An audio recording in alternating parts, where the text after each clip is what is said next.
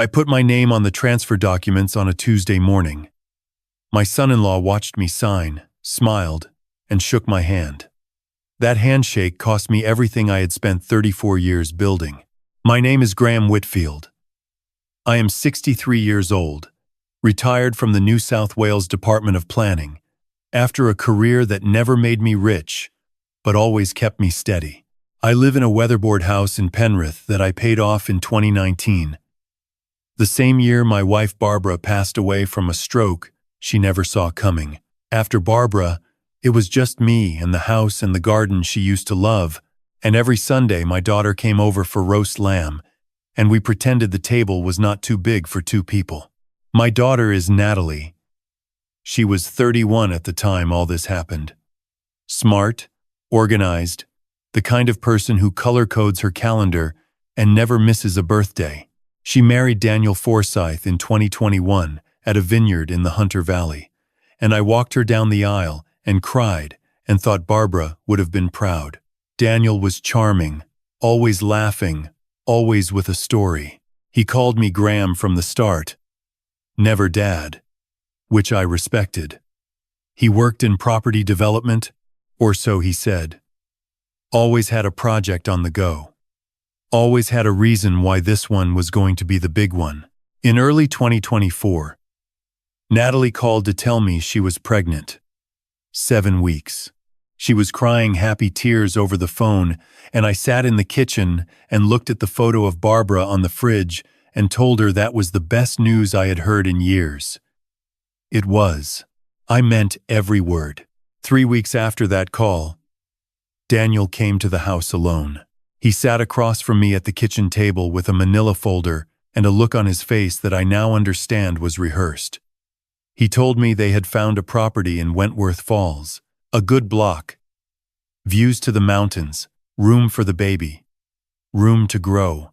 The asking price was $410,000. They had savings of $60,000. They needed the rest. I asked him why he was coming to me and not a bank. He leaned forward and said the bank had knocked them back because of a missed repayment on a credit card from 2 years ago. A technicality. The property was a sure thing. He had already spoken to a valuer. In 18 months, the block alone would be worth more than the house and land combined. He was not asking for a gift. He was asking me to sign as guarantor on a private loan arrangement. Everything would be in writing. A solicitor would draw it up. I would be protected. I told him I needed to think. He nodded, folded his folder, and left. At the door he turned and said, "Natalie doesn't know I came. I wanted to handle this man to man." I remember thinking that was thoughtful. I know now it was a warning I did not read. I spoke to my neighbor Keith that evening over the back fence. Keith is 71, former bank manager, and the most sensible person I know. He said, "Be careful." He said private loans between family get messy. He said if I was going to do it, I needed my own solicitor. Not one Daniel had chosen, and I needed to be on the title. I did not listen carefully enough to Keith. I spoke to Natalie the next day, and she was so excited about the house, she could barely stay on one subject. She talked about the garden, the light through the windows in the afternoon, the school catchment area. She had been there twice already. She said Daniel had put so much work into finding it. She looked happy in a way I had not seen since before Barbara died, and I am ashamed to admit that happiness made me careless. I agreed to the arrangement in the first week of March, 2024. The solicitor Daniel had already organized a man named Prentice, with an office in Parramatta, prepared the documents.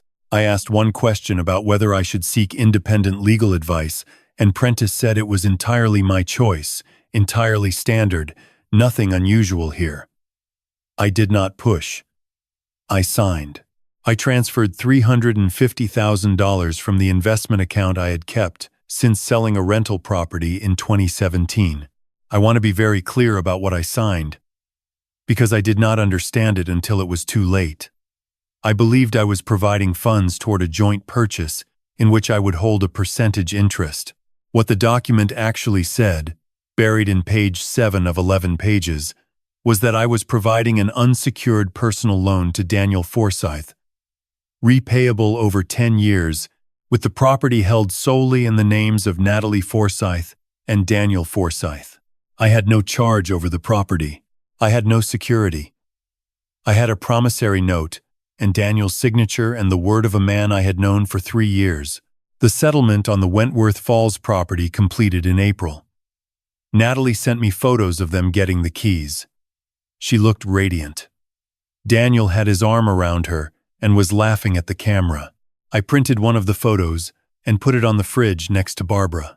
I did not hear much from Daniel for the next 6 weeks. Natalie called twice a week as usual. She talked about renovations, nursery colors, a cot she had found secondhand in Springwood. She never mentioned money. In the second week of June, Daniel called me on a Saturday morning and asked if I wanted to come out to the property for a barbecue. Just the 3 of us. A thank you. I drove out on the Sunday. The house was beautiful. I will say that. Mountain air. Tall gums in the back. A wraparound veranda that Barbara would have loved. We had steaks, and Daniel opened a bottle of red that he said cost $200. And I believed him. He was generous with the poor. After the 3rd glass, he grew quiet and said there was something he needed to tell me. There was a business opportunity. A partner of his had secured a tender for a development in the Hawkesbury. Mixed residential, solid council backing. The kind of project that came along once in a decade. The partner needed co-investors. The minimum entry was $180,000. Daniel said he had already committed to a share using equity he was raising from several sources. He wanted me in. He said the projected return in 2 years was between 60 and 90%. I said I did not have that kind of money sitting ready. He said I could refinance the Penrith house. I put my glass down. I told him I had already given him everything I had set aside. I told him the Penrith house was where I lived. I told him I was not going to mortgage my home on a development project I had never heard of until 5 minutes ago. His face did not change. He said he understood. He said he just wanted to give me the chance first, before he brought in outside investors. He topped up my glass and changed the subject to the state of origin. I drove home that night with an uncomfortable feeling I could not name. I rang Keith the next morning and described the conversation. Keith was quiet for a moment and then said, "Graham, you need to go and read every document you signed in March. Read them yourself, not through Daniel's solicitor." I pulled out the folder that night. I read every page. I reached page 7 and sat very still for a long time. I was unsecured.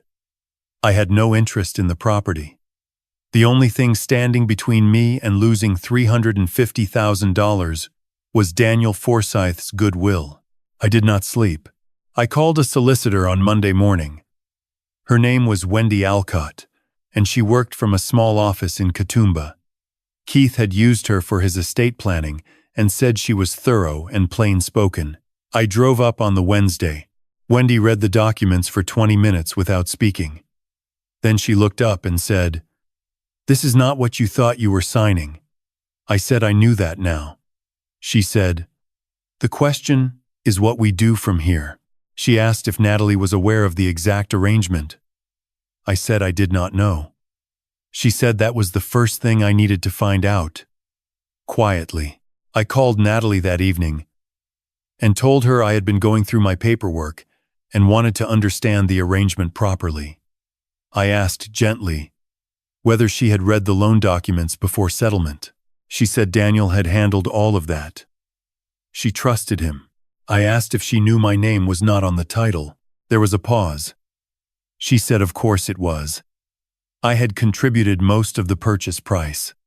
I told her to look at the title documents. She said she would. She called back 40 minutes later and her voice had changed. She said she would talk to Daniel. I do not know exactly what was said between them that night. What I know is that the next morning, Natalie rang me and said she was sorry. It had been a misunderstanding, Daniel was already looking into how to add my interest to the title properly. Everything would be sorted out. Please don't worry. The baby was due in 4 months, and she did not need the stress. I said, of course. I said, no rush. I said, give my love to Daniel. I said nothing about Wendy Alcott. Over the following 3 weeks, I let Daniel believe everything was fine. I accepted a dinner invitation in July and ate his food and listened to his stories about the Hawkesbury development and smiled at the right moments. He mentioned the investment again, more briefly this time, and I said I was still thinking it over. He seemed satisfied with that. Meanwhile, I was not thinking about the investment at all. I was building a record. Wendy had advised me to document everything from the beginning. I wrote a detailed timeline from the day Daniel first came to my kitchen table. I gathered every text message, every email, every bank transfer record. I found a property law barrister through Wendy who specialized in fraudulent misrepresentation. His name was Marcus Webb, based in Sydney. He reviewed everything and said I had a strong case for misrepresentation, possibly fraud, given the gap between what I had been told I was signing and what the document actually said. He also said recovery of funds in these cases was always uncertain and I should be prepared for a long road. I asked him whether there were other people Daniel might have done this to. He said that was a very good question and suggested I speak to a private investigator. Wendy recommended a woman named Sandra Cho, who had worked financial fraud cases for 15 years. Sandra was direct. She said she would need 2 weeks and she would need me to be patient. I was patient. I had spent 34 years waiting for planning approvals to come back from committee. I knew how to wait. Sandra called me on a Tuesday evening 3 weeks later. She asked me to come to her office the next morning. She had found 3 other investors who had entered arrangements with Daniel Forsyth through a company called Forsyth Capital Advisory, registered in New South Wales in 2022. 2 were former colleagues of Daniel's from a property firm where he had worked before going independent. 1 was a retired schoolteacher in Mudgee. All 3 had provided funds on the basis of documentation that described secured investment arrangements. All 3 had received no returns and no communication. The total across all 4 of us, including my $350,000, was just over $1.1 million. I drove home from Sandra's office and sat in Barbara's garden for a long time. I was not angry in the way you might expect. I was not shaking or shouting. I felt something quieter and colder, which I think was the moment I decided that I was going to finish this properly, and that Daniel Forsyth was not going to know it was coming until it was already done. Marcus Webb connected me with the NSW Police Financial Crimes Unit through the proper channels. I provided everything: the timeline, the documents, Sandra's report, the records of the other investors. The detective assigned to the case was a woman named Senior Constable Hargreaves. She was methodical and gave nothing away, which I respected. She said the investigation would take time. She said I should behave normally in all contact with Daniel and not alert him in any way. I behaved very normally. I went to Natalie's baby shower in August. I brought a gift, a wooden rocking horse I had made in the shed over 3 weekends. The kind Barbara had always wanted for grandchildren she never got to meet. Natalie cried when she saw it. Daniel shook my hand and said I was a legend. I thanked him. In September, Natalie had the baby. A boy. They named him Oliver. I held him in the hospital, and Oliver wrapped his hand around my finger, and I thought, whatever happens next, this child is not responsible for his father's choices. In October, Daniel called to tell me the Hawkesbury development had officially launched and the investment window was closing at the end of the month. He said, this was my last chance. I told him I was still cautious, that the cost of living had been hard, that I might be able to stretch to $50,000 if the terms were right. I could hear the interest sharpening in his voice. He said he would send documents. I forwarded those documents to Senior Constable Hargreaves within the hour. She called me back the same afternoon and said, Mr. Whitfield, I think we have what we need. The arrest happened on a Thursday in the third week of November. I was not there. I was in my garden in Penrith, pruning the roses Barbara had planted along the back fence, when my phone rang. It was Natalie. She was crying in a way that was not the happy kind. She said the police had come to the house that morning.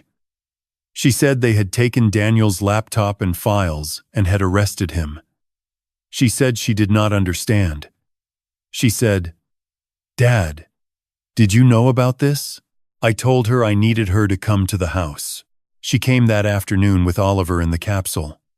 She sat at the kitchen table where Daniel had sat with his manila folder 9 months earlier, and I told her everything.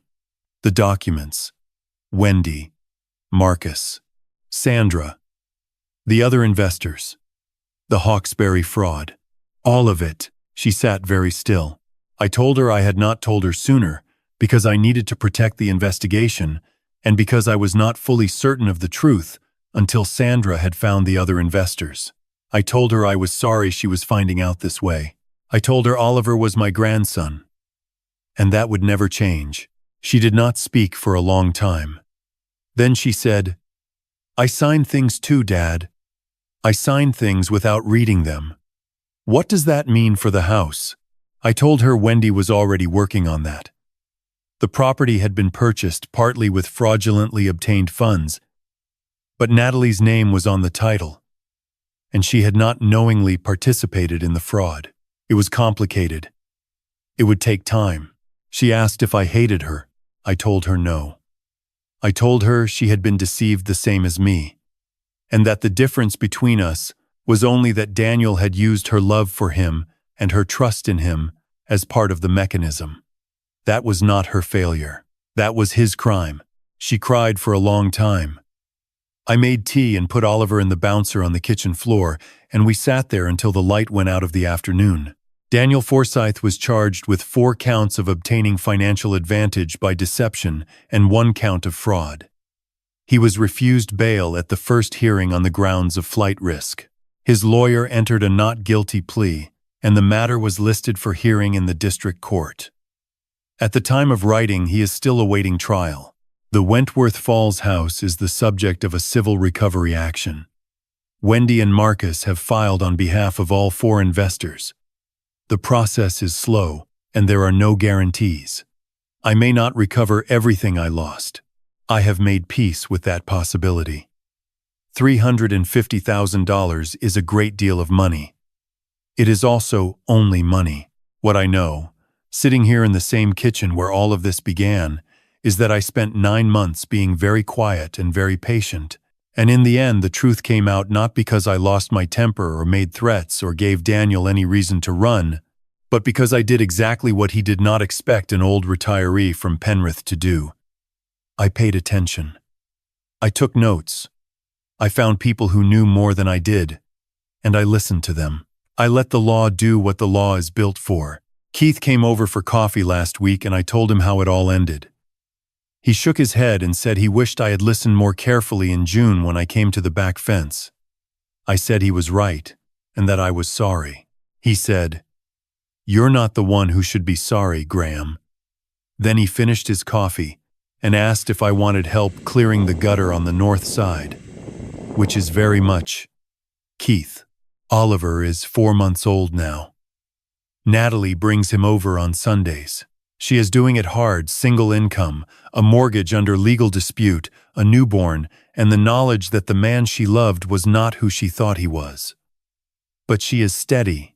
She is her mother's daughter in that way. I told her recently that I had been thinking about something. I said that the worst decision I made in all of this was not the signing. The worst decision was the moment I noticed the uncomfortable feeling on the drive home from that barbecue and chose not to examine it. That feeling was telling me something. That feeling was trying to protect me.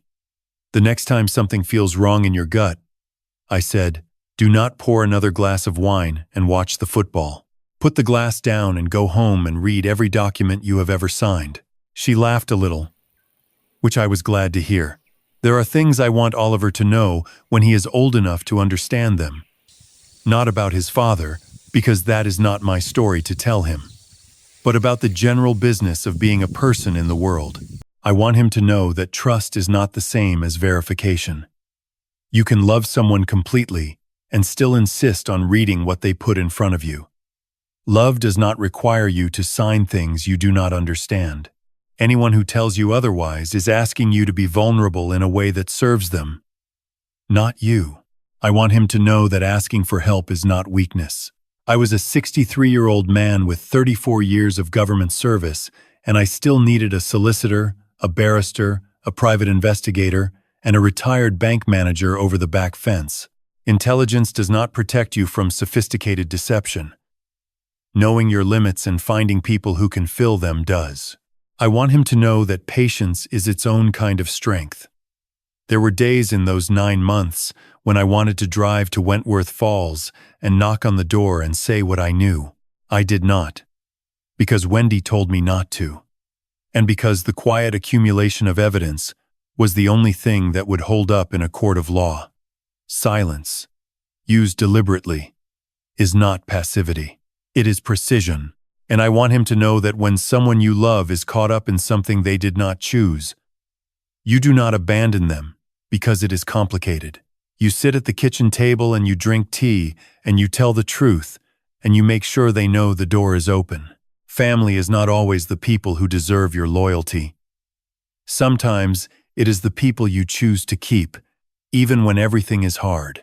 The roses along the back fence are coming into bloom now. Barbara planted them in 2003, and they have never once failed to come back. There is something in that I find useful, though I could not tell you precisely what. I still have the photo on the fridge. I look at it most mornings. I think she would have handled all of this better than I did. She always read the fine print.